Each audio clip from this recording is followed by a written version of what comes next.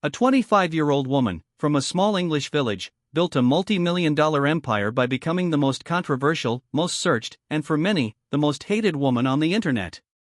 But how did she do it? How did she turn global moral panic into a monthly income of over $2 million? What if her most shocking stunts, sleeping with 1,057 men, the infamous petting zoo, weren't about sex at all, but a masterclass in marketing? And what does her story reveal about a dark secret within our own society? You've seen her name. You've probably formed an opinion. But the system she hacked to become a global keyword, it affects you every single day. And it all begins with a regular girl named Tate Billinger, who was simply bored of her 9-to-5 life. The girl who wanted more. Before the world knew her as Bonnie Blue, she was Tate Billinger. A young woman from a small village in Derbyshire, England. By all accounts, her upbringing was unremarkable. She grew up in what she describes as a completely normal family, and has repeatedly pushed back against the narrative that some deep-seated trauma, or daddy issues, propelled her into her future career. Her early ambitions? They were conventional, even wholesome. She dreamed of becoming a professional dancer, or a midwife. She was passionate enough about dance to compete in the British Street Dance Championships in 2015. To make ends meet, she worked typical jobs, first at a discount retail store called Pound Stretcher, and later, in a corporate 9-to-5 recruitment job. Her personal life was just as stable. She was in a decade-long relationship with her high school sweetheart, Oliver Davidson, whom she married in 2022. In a later interview, she revealed that before her career exploded, she had only ever slept with 5 people in her entire life. But beneath this conventional surface, a powerful dissatisfaction was brewing. She felt trapped. In her own words, "I used to work an office job, 9 to 5, sit in rush hour, get given 20 days annual leave. And for a while I'd accepted that. I was like, okay, this is what life is. This is as good as it can get." This feeling, this sense that there had to be more to life than a desk and a limited vacation schedule, became the catalyst for one of the most explosive transformations in modern internet history. The turning point came when she and her husband moved to Australia. It was there, she claims, that her ex-partner encouraged her to try working as a webcam model. The result was immediate and staggering. After making $5,000 in a single week, she launched an OnlyFans page. The quiet life of Tate Billinger was over. The era of Bonnie Blue had begun. The attention economy and the birth of a legend. When Bonnie Blue entered the world of online content creation, the landscape was already crowded. Platforms like OnlyFans had become saturated with creators, with millions competing for a finite amount of attention and money. Bonnie herself admitted that her initial content was what she called generic. It made her good money, but she had a crucial realization, a moment of marketing clarity that would define her entire career. She said, "You can't expect to earn good money if you're doing basic content." She understood a fundamental law of the new digital world: in a saturated market, appeal is not enough. To truly break through, you need something more powerful. You need controversy. This was the moment she pivoted from being a content creator to a master marketer. She didn't just find a niche, she manufactured one out of outrage. Her strategy was simple, yet brutally effective. She began targeting freshers and barely legal university students, filming her encounters and posting them online. The backlash was immediate and intense. But so was the attention. She had discovered the cheat code to the attention economy. One analyst perfectly described her strategy, noting that her stunts are perfectly pitched to generate outrage. In a world where our eyeballs are the most valuable commodity, a good stunt is the equivalent of a flashbang grenade. It's a spectacle designed to horrify, to shock, and most importantly, to make you incapable of looking away. Bonnie Blue wasn't just making adult content anymore. She was building an empire on a foundation of rage bait. The 1057 Men campaign. Nothing exemplifies this strategy more than her most infamous stunt, the claim that she slept with 1057 men in 12 hours. This wasn't just a sexual act, it was a meticulously engineered marketing campaign, designed layer by layer for maximum virality. Let's dissect the genius of this campaign. First, the number itself. 1057. It's specific, it's audacious, and it was deliberately chosen to surpass the previous unofficial record of 919 men, held by actress Lisa Sparks since 2004. The sheer mathematics of it fueled endless debate and disbelief. 1,057 men in 12 hours? That works out to 720 minutes, which means each encounter could last no more than 41 seconds. This unbelievable detail was a hook in itself, making the story irresistible to share and discuss. Second, the theatrical setting. The event wasn't held in some cheap studio. No. It took place at the lavish, $18 million London mansion of a convicted conman and self-styled lord named Edward Fast Eddie Davenport, a man notorious for hosting exclusive and illicit sex parties. This detail added a layer of scandal and high society intrigue, elevating the story from a simple stunt to a sordid spectacle. Third, the first-hand accounts that made the bazaar feel chillingly real. A 42-year-old security guard named Ollie Walker, who had queued up to participate, later gave an interview describing the surreal scene. He spoke of men wearing bank robber-style balaclavas to hide their identities, waiting silently, in their boxer shorts, for their turn. He described the event not as an orgy, but as a free-for-all, a chaotic scene with dozens of men surrounding Bonnie at any given moment. Walker was so taken aback by the reality of it, so unnerved by the quiet focus of the crowd, that he confessed he was too shy to go through with it. His account gave the world a ground-level view of the madness.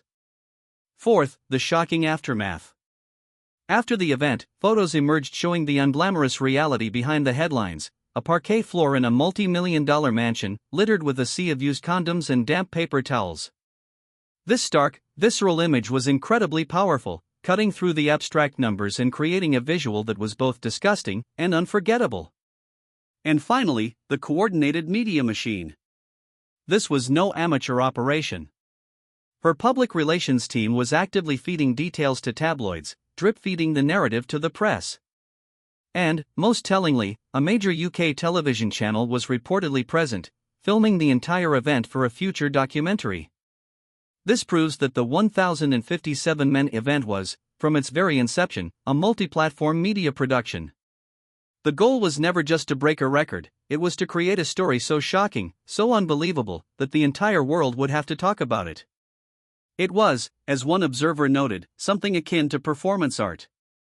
And it worked perfectly.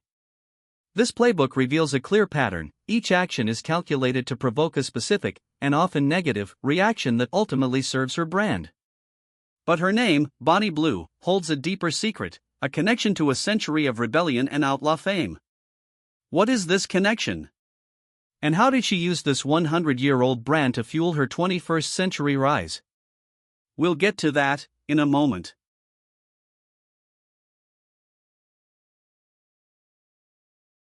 The Empire of Controversy and the Backlash. The 1057 Men stunt was not an isolated incident. It was the centerpiece of a relentless, escalating empire of controversy. Bonnie Blue systematically built her brand by pushing every single boundary she could find. Her Freshers' Week and Schoolies tours in the UK and Australia became infamous. She would publicly announce her location and invite barely legal 18-year-old students to have sex with her on camera. This earned her the label of a predator from critics, sparked petitions from angry parents, and eventually got her banned from entering Australia and deported from Fiji. But for her brand, being banned from a country is not a failure. It's a badge of honor. It proves you are so dangerous, so disruptive, that entire nations fear you. She mastered the art of manufactured virality. She staged a fake arrest, complete with actors dressed as police officers and a known prop car, which immediately went viral. She was filmed engaging in a seemingly inappropriate act with rapper Lil Mabu at a crowded NBA game, a stunt so blatant it was clearly designed for the cameras. Then came the petting zoo. The concept was her most extreme yet. She would be tied up, naked, inside a glass box in central London, and invite the public to do whatever they want to her. The stunt was so outrageous it was almost certainly designed to be cancelled. The public outcry was immense, and it reportedly led to her being permanently banned from OnlyFans for violating their policies. But again, this was not a loss. The ban only added to her mystique, turning her into a forbidden fruit and making her content seem even more taboo and desirable. Of course, this relentless campaign of provocation created powerful enemies. The backlash became a crucial part of her marketing cycle. Rival OnlyFans creators began to speak out. Stars like Sophie Rain and Camila Araujo accused her of turning the platform into a circus act and cheapening the industry for everyone else. Araujo went so far as to publicly offer Bonnie Blue $2 million to stop her insane sex stunts, a move that only generated more headlines for both of them. Media figures and commentators weighed in, labeling her a cog in a far bigger machine of exploitation and accusing her of promoting misogyny and dehumanization. Bonnie herself poured gasoline on the fire with her own incendiary statements. In interviews, she would say things like, "If women were better in the bedroom, men wouldn't cheat," a quote perfectly engineered to enrage a massive audience. She understood that the outrage from her rivals, the condemnation from the media, and the anger from the public were not threats to her business. They were the engine of her business. Every negative article, every angry tweet, was free advertising that reinforced her brand as a dangerous, anti-establishment rebel. She wasn't just weathering the storm. She was creating the weather. Unlocking the Bonnie and Clyde archetype. Now, let's return to the secret hidden in her name, Bonnie Blue. This name is not random. It is a key that unlocks her entire brand identity, connecting her to one of the most powerful outlaw legends in modern history, Bonnie Parker and Clyde Barrow. Think about the original Bonnie and Clyde. They were violent criminals, yes. But, during the Great Depression of the 1930s, they became something more. They were media celebrities. To a public that felt crushed by a corrupt system of banks and government, Bonnie and Clyde were seen by some as folk heroes, rebels fighting back. Bonnie Parker herself was a master of her own brand. She was a poet, and shortly before her death, she wrote a poem called The Trail's End, which predicted their violent demise and helped cement their legend for eternity. She was actively crafting the myth, while living it. The parallels to Bonnie Blue are striking. First, the theme of rebellion against the system. Bonnie and Clyde robbed banks in an era of economic collapse. Bonnie Blue disrupts social and sexual norms in an era of digital chaos. Both position themselves as outsiders, fighting against a rigid and oppressive establishment. Second, the symbiotic relationship with the media. The newspapers and newsreels of the 1930s made Bonnie and Clyde household names. The social media algorithms and digital tabloids of the 2020s made Bonnie Blue a global phenomenon. Both figures understood how to use media attention, whether positive or negative, to build their legend. And third, the power of partnership.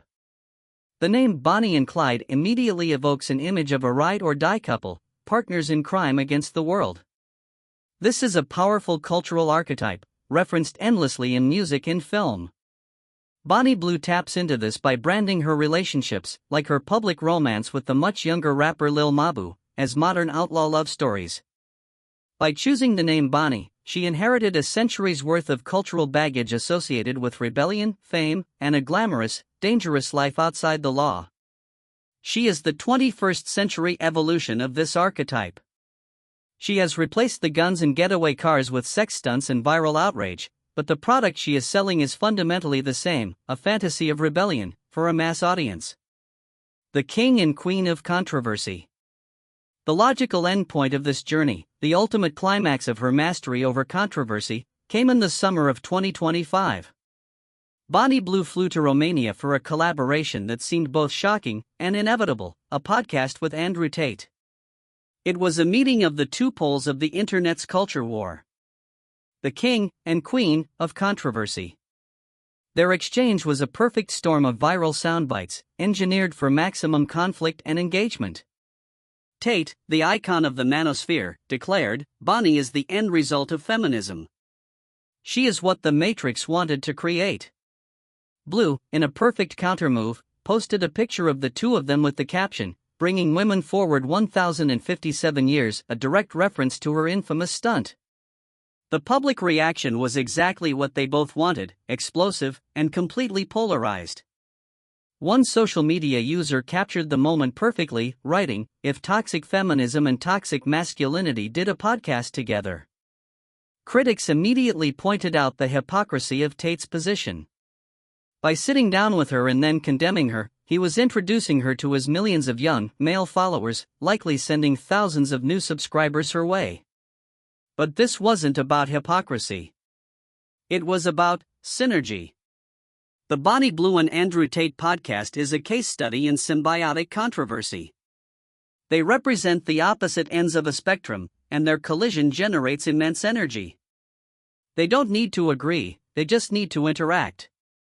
Their brands feed off each other's notoriety in a perfect, self-sustaining feedback loop of outrage. It was the ultimate validation of her strategy, and cemented her status as a true legend of the attention economy. The universal lesson. So, what is the final takeaway from the story of Bonnie Blue?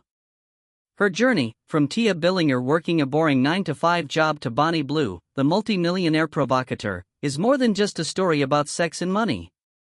It is a chilling and vital lesson in the new rules of fame, power, and society in the 21st century.